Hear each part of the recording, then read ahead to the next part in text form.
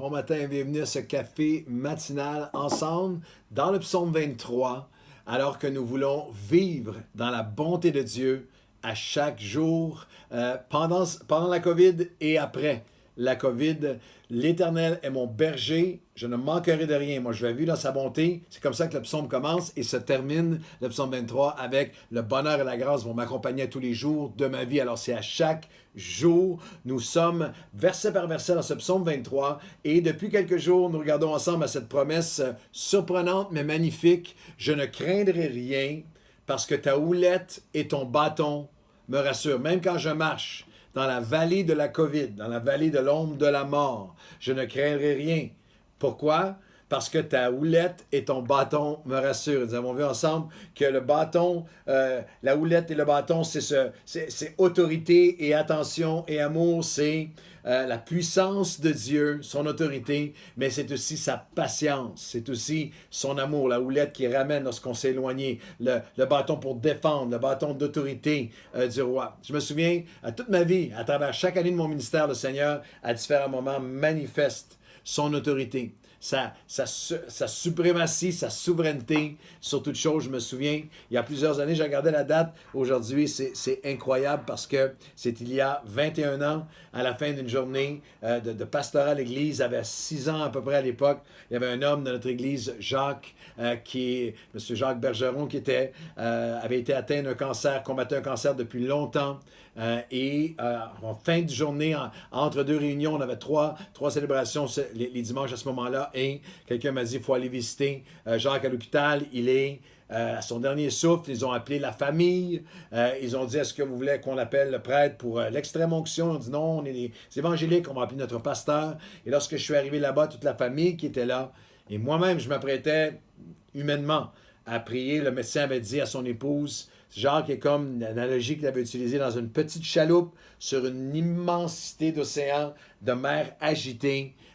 Et eux avaient une certaine paix parce que c'est un chrétien, un homme de Dieu, un croyant. La mort est un gain et séparé du corps présent avec Dieu. Mais lorsqu'on est arrivé dans la chambre, je m'apprêtais humainement à faire une prière un peu plus de paix, d'apaisement. Et pourtant, l'Esprit de Dieu qui est venu, et on s'est mis à prier. J'ai ressenti de prier pour l'autorité de Dieu, la victoire de Dieu. Et c'est particulier parce que je vous partage un témoignage aujourd'hui, alors que nous sommes en jeûne et en prière. C'est la journée qu'on met une journée par semaine pour le jeûne et la prière. On passe la journée entière dans le jeûne et la prière. Avec vous le matin, avec les pasteurs de tout le mouvement CF, avec tout le staff de Nouvelle Vie une journée par semaine et ce soir dans la réunion de mi-semaine. Et la prière aujourd'hui, encore, est utile, est puissante. La prière provoque la main d'autorité de Dieu. Et on était dans la chambre avec Jacques et on s'est mis à prier pour lui. Et la puissance de Dieu, l'autorité du berger. Son bâton me rassure, ton autorité, ton règne me rassure, ta compassion. Et alors qu'on a prié pour lui, c'était au mois de décembre 1999. Il avait 61 ans à l'époque. Et je me souviens comment c'était vivide pour moi le souvenir parce qu'il s'est relevé, il s'est assis dans son lit. On se demandait, il était intubé et tout.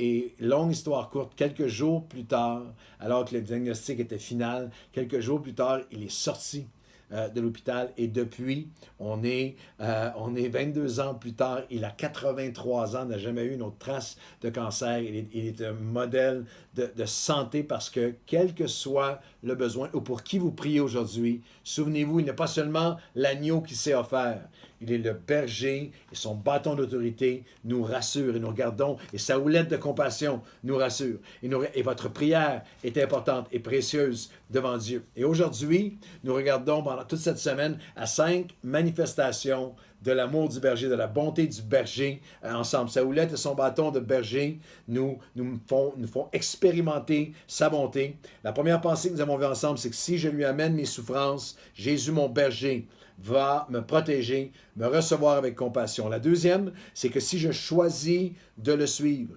Jésus, mon berger, va me conduire dans la bonne direction. La houlette et le bâton étaient afin de nous conduire dans ses voies, le conduire dans nos décisions, dans chaque décision. Je suis rassuré parce qu'il est mon guide, il est la lumière sur mon sentier. Et la troisième pensée que je veux qu'on regarde ensemble, c'est que si je suis confus ou que je m'éloigne, Jésus me retrouve et me ramène. Ta houlette et ton bâton me rassurent. Et nous avons tous besoin d'être ramenés. D'être ramenés. Parce qu'on s'est éloigné. En fait, c'est la passion et le cœur de Dieu. Dans Matthieu 18, Jésus dira, si un homme a 100 brebis et que l'une d'entre elles s'égare, ne laisse-t-il pas les 99 autres sur la montagne pour aller chercher celle qui s'est égarée? S'il la trouve, je vous le dis en vérité, elle lui cause plus de joie que les 99 qui se sont égarés. Vous n'êtes jamais perdu dans la foule. Vous n'êtes jamais perdu dans le troupeau. Vous n'êtes jamais perdu dans la masse. Il a ses yeux sur chacun d'entre nous. Et lorsque nous nous égarons, lorsqu'on s'est éloigné. Et en passant, j'aimerais vous dire que c'est un des secrets de la bénédiction et de la croissance de l'Église Nouvelle Vie depuis 27 ans. Le secret de Nouvelle Vie, c'est que nous sommes irrémédiablement et pour toujours passionnés par chaque personne pour ramener des gens et les ramener au Seigneur. Les ramener comme des bergers. La joie. Vous êtes nombreux, vous êtes 5000 à Nouvelle Vie, 99 brebis. Non, il y a quelqu'un qui a besoin d'être ramené. Il y a une personne, chaque personne. Nous ne grandissons pas à Nouvelle Vie depuis 27 ans pour des chiffres ou pour des comparaisons, pour des statistiques, pour notre bénéfice. Non, c'est pour les âmes. Chaque personne compte et la houlette de Dieu qui va chercher dans les endroits où ils sont tombés. Quel que soit l'endroit où tu es tombé, où tu t'es perdu, où tu t'es éloigné, la houlette de Dieu à travers nous, la houlette de son amour qui te ramène, qui désire te ramener à lui.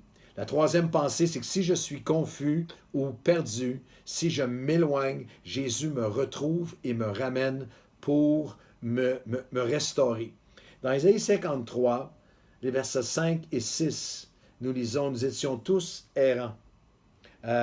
Nous avons été errants comme des brebis. Chacun suivait sa propre voie, mais c'est par ses meurtrissures que nous sommes guéris.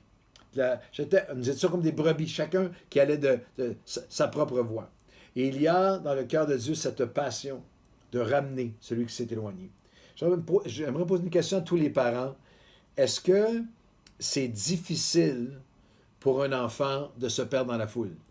Avez-vous déjà eu à enseigner à votre enfant comment se perdre? Non, il y a quelque chose d'assez naturel qui est là. Et l'autre question, c'est si vous avez déjà vécu ça, beaucoup de parents l'ont vécu. Moi, j'ai déjà vécu un moment de panique où tout à coup, il y a une seconde, il était là, il est perdu dans un centre commercial, ou il est perdu dans la foule, il est perdu. Quel était votre sentiment? Quelle était votre émotion? Eh bien, c'est celle de Dieu. C'est celle de Dieu pour chaque personne qui est perdue. Il y a plusieurs années, un de mes amis pasteurs m'avait raconté ce témoignage qui restait avec moi, qu'alors qu'il était dans une saison où il disait, Seigneur, je pense que mon cœur s'est refroidi, mon cœur s'est éteint, mon cœur s'est desséché. Donne-moi, il avait prié, puis il dit, je ne pense pas que j'avais déjà prié ça avant. Donne-moi ton cœur. Comment? Et même directement dire à Dieu, il est en train de prier ça dans un temps de jeûne et prière comme nous aujourd'hui. Puis il a dit, Seigneur, comment est-ce que tu sens? Qu'est-ce que tu ressens lorsque tes enfants se perdent?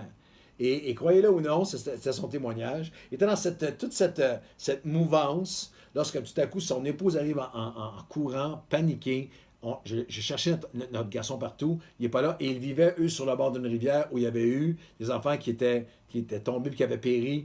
C'était un endroit, c'était quelque chose qui les préoccupait. Et avec la panique, la police est appelée, il y a une recherche dans le quartier, il y a partout. Il lui dit, j'avais plus conscience de rien, j'étais dans l'eau, il était habillé, c'était hivernal, dans l'eau, dans la boue, cherchant partout de tous les côtés. Et avec je ne sais pas combien d'heures ils ont pris, les policiers qui viennent, nous disent, on va retourner à la maison, on va commencer à faire une battue, on va organiser. Et tu ne peux pas t'imaginer les émotions. Et lorsqu'il est arrivé à la maison, et ça criait partout le nom de son enfant, ça s'appelait Josué, Josué, Josué, Josué. Et tout à coup, une petite voix fluette, croyez-le ou non, Josué était descendu au sous-sol, première fois de sa vie, dans un placard, puis il jouait avec ses jouets.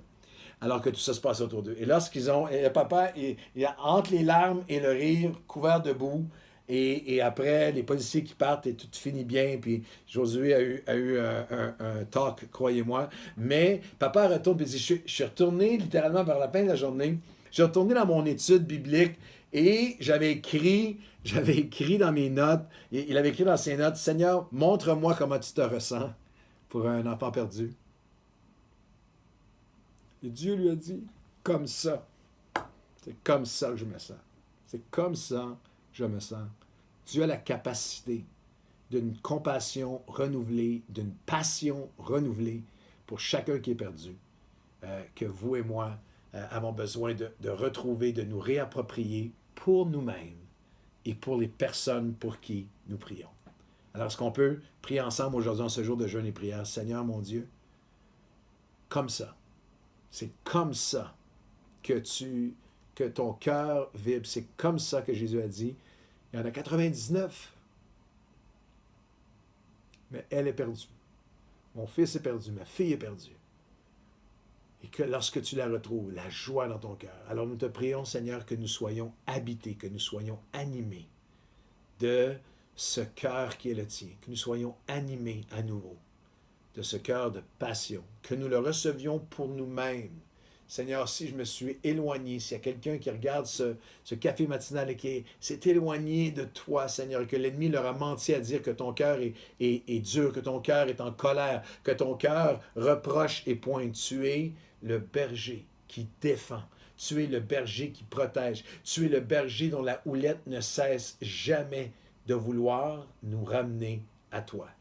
Alors aujourd'hui, s'il y a quelqu'un qui s'est éloigné, qu'il revienne à ta compassion. Si, Seigneur, nous avons perdu notre chemin, si nous nous sommes égarés chacun sur notre propre voie, et s'il y a quelqu'un près de nous, parce qu'il y en a près de nous qui se sont égarés, redonne-nous ce cœur qui, marchons à chaque jour avec cette conscience profonde que c'est comme ça que tu te sens et que c'est comme ça que ton cœur trouve sa joie à voir une âme revenir à toi, que nous soyons animés de ton cœur aujourd'hui, dans le nom de Jésus. Amen. Bonne journée à tous et à demain.